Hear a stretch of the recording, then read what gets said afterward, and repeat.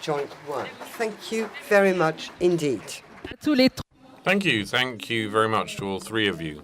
We're now going to close Act 3 with a conversation that's probably going to make people very happy if they're against the gig economy. Yes, the new economy can serve the interests of the positive, not like barbarian startups. Tech for good is emerging.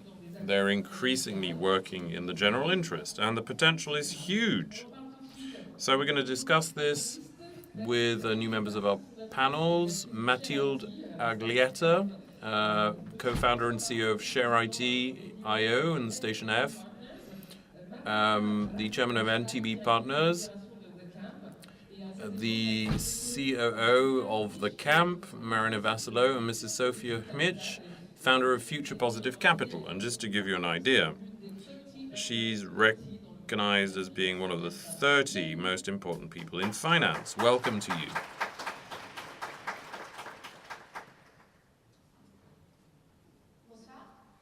Good evening. Thank you for still being here. I'm very happy to be moderating this panel discussion about a very interesting subject, which the general public is very keen to find out more about. What we're going to try to do in the next 20 minutes is to discuss the key issues and to try and correct all of the mistaken ideas that some people have. Why this acceleration of the interest in positive technology? The millennials do not see how innovation cannot be focused on humans. 75% in a few years. Access to education is more democratic.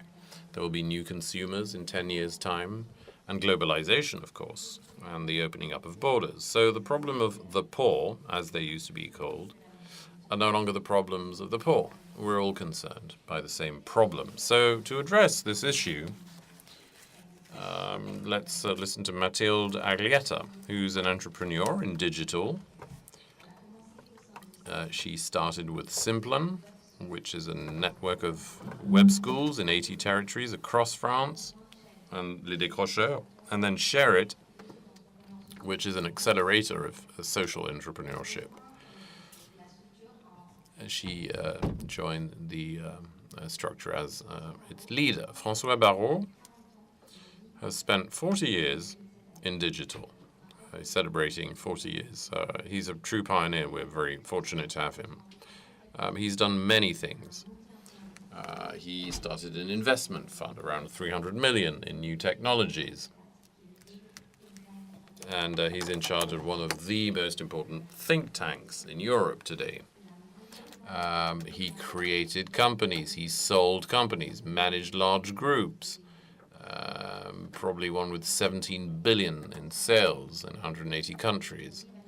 And today he's going to share his experience because he's seen all of these technological cycles emerge. And Marina Rachline, who started in M6 television and MTV, who launched Skyblog, which was bigger than Facebook at one point. She worked with Michelin, where she created the Open Lab, which is a think and do tank. And then she's now at the camp, a 12,000 square meter campus with 250 rooms in the middle of nature in southern France, which is a lab for ideas and exchanges to explore the future. And more about that in a moment. So a question that is less simple than it looks. What is a positive technology? So thanks to those of you who are brave enough to still be in the room, and thanks for Sofia for serving as a facilitator. So I'm here on behalf of the camp. You saw that the world is facing unprecedented challenges, and positive technology is quite simply using digital to resolve the environmental and social challenges that our world is facing. When you can get together what doing good means. What is good for you? What is good for most people? I think that today, tech for good, we're not quite sure what result we're going to achieve? Are we going to beat famine? But what we do know is that without technologies, it'll be much more difficult to do so. Mathilde? Well, to complement this very comprehensive definition, Tech for Good is really, it's the idea of putting technology at the service of the general interest, with the very strong belief that only technology can accelerate the social impact exponentially. François, we're talking about positive technologies. What would a negative technology be? Isn't technology neutral? No, I was thinking of Rabelais, of Pantagruel. Science without conscience is ruin for the soul. Technology is an inert substance. It's what humans do with it that make the essence of technology. To me, technology opened up three major fields of investigation. It allowed access to knowledge, first of all, which was reserved to the rich and powerful. And workers or ordinary people did not know. Everyone now has the same level of access to knowledge. So the generation you were talking about is an enlightened generation. Technology also means sharing. So I was very happy because I'm a huge fan of sharing. I've been eager to do this for the past 10 years or so. And we've heard sharing a lot today. And third thing, technology allowed an abolition of borders. We grew up in a world of passports, a world of borders, a world of silos. And today, young people, the new generation, goes around the virtual world and really doesn't care at all about communities, about religions or race or origin. It's, for them, it's a question of community of interest. So to me, it's all a question of knowledge, sharing, and getting rid of borders. Could we have some more precise examples, perhaps, for the audience? What do the best positive technologies really look like today compared to what they were 10 years ago? What would Maxime and Marina have to say about this? You incubate, don't you? Yes, we work with actors, players for change in digital change. Perhaps I could give you a couple of examples. And I'll tell you about smart objects and artificial intelligence after that. How we can collect and draw value from data.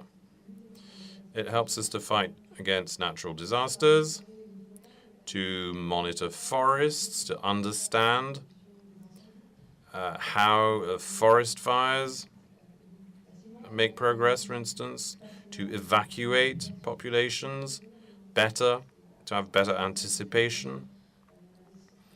There are plenty of examples of what we can do. Maybe Marina has more, but basically, that's an initial illustration. Yeah, for instance, biotech, biosynthesis makes it possible to use living organisms to develop new products. We have a great example in France called Glowy. It's bioluminescence based on living organisms. And then there's robotics. All of these autonomous systems that increase human capacities. I'm thinking about an American startup called Bioengineering Gathering, where you can go and plant trees using drones, and it multiplies the number of trees that you can actually plant. A human being could not plant so many. And then, of course, there are a great many examples in big data, in intelligent artificial intelligence, that can help us to solve complex issues. And something very exciting in new materials, too, with the vegetal materials that can reduce intensive cattle farming, for instance. And quite a crazy example in the US called Memphis Fit, where you can use living cells to produce meat, better, more nutritious meat. So if they can actually scale that, maybe intensive cattle farming would no longer be necessary. They're describing a product impact. companies who are developing a product or service, which is the product and service is indissociable from it. But there are others that have an organizational impact, not necessarily a direct impact, but in the manner in which you organize your human capital, your innovation, it also has a positive impact, and I think it's important to discuss that too. Question for you, François. I'm very jealous of your tech experience. Is there really an acceleration of technology? Are we really at the dawn of a fourth industrial revolution? Yes, indeed. It was launched in Davos in January 2016. It was the 15th time I'd attended because we're really interested in things that have a true impact. What's actually happened in technology? I lived in Silicon Valley from 98 to 2001. The market absorbed the brainware and created colossal fortunes. Huge value creation in the internet and so on. Since 2016, we have reached near saturation. And the process is now much more focused on industry. Ludovic told us about IoT. IoT is the Internet of Things. There are going to be increasingly small sensors that are going to grab information without us even noticing. Imagine a chip which in real time can detect every anomaly in the human body. When you take your car, you check that you have a full tank. When you fly, you check in. In the morning, we have no indicators about our health. So that is probably going to accelerate. There's a new Moore's law about that. The Moore's law was about the power of computing power. Now it's going to be storage of data in tiny little things. And the Internet of Things is going to create new paradigms. And I think the first beneficiaries will be human beings, thanks to human medicine. So how can you accelerate the positive revolution? What is the instruction manual to have more people who embrace this philosophy on a daily basis? I'll just share my own experience. Everyone says Silicon Valley is great. How do they do it? I've actually lived there. And I think what you two are doing is really great because you have capital, you have education, of course there's Stanford and there's management, and Silicon Valley organized the chaos, which is why so many people became so incredibly rich. Their obsession was making money and have fun doing it. I would just like to complement that with our own experience with our Share IT program, which is based on the knowledge of the Ashoka network and social entrepreneurships, who are true actors for change. I think we will move forward if we teach people to leverage the best potential of technologies as they exist today by developing solutions with them, by making these businesses more attractive and technologically challenging, by bringing this into engineering schools to talk about all of these technical skills that really have the power to change tomorrow's world. And to pick up on the previous question, I think we are at the dawn of major change that will be initiated by usage cases and social implementations of these distribution technologies, which are increasingly powerful and which can allow an increasing number of things. So that, in my opinion, is what is going to bring together this whole tech for good system of innovators and really to scale up and I hope that we can really resolve a number of important issues. I would add to what Mathilde and François were saying. François was talking about Davos. I remember the boss of Salesforce who said that speed was the new money. So, of course, our American friends are really great at embracing change enthusiastically and investing money in these techs. we're more careful. We tend to regulate things, and it's probably very true that everything is moving very fast. And what we lack are neutral spaces where we can embrace these technologies. And if things go too fast, we haven't even taken into account of the blockchain. We don't even know what blockchain is, and we're talking about the future of the blockchain. So it's all well and good. But you must leave business the time to understand the information. And if we want to turn it into value that can be shared, we need to train the people for this to succeed. And that's why the camp exists. It's a kind of base camp to explore the future. We need to explore in ecosystems. We need to learn systemically. We need to work systemically. What does that mean? We need to break down the paradigms, break down the silos, be cross-disciplinary, encourage sharing between generations, and do that in a neutral space. Mindsets need to change. We need to change a different vision of the world, and it's the only way, whatever the technology, it's the only way, even with a truly breakthrough technology, we need the human aspect, and we need a purpose. Technology is just a means to an end.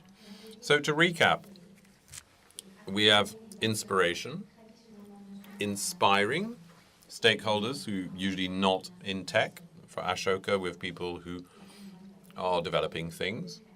There are tools that can help you to do things bigger and better. There's regulation or a better understanding of technology so that we aren't left behind and not leave them only in the hands of a few people, and collaborating and funding. And that's what François mentioned very briefly. There's a huge lack of funding. Impact investing is 0.08% of assets in the world. It's nothing. If we want to create these leaders for the future, we need a lot more money. For impact investing, technology is also something that can help us to automate the measure of the impact, which will generate tomorrow's economic models, and that is also key. I would love to go on all evening. Perhaps a very, very brief word of conclusion from you all, a message you'd like to leave.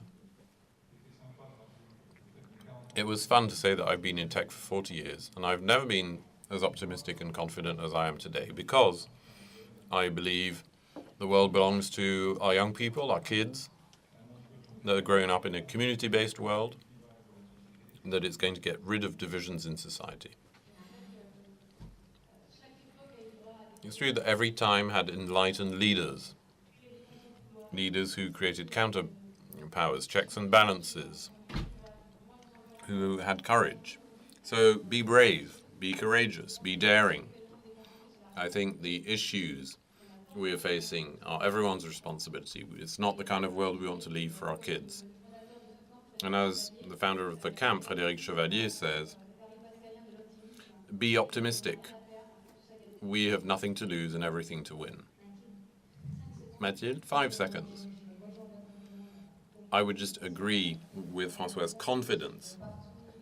Everywhere where I go and where I talk about this, companies, students, everyone I meet really wants to work with us, and I hope this is going to ramp up. So this is a call to action.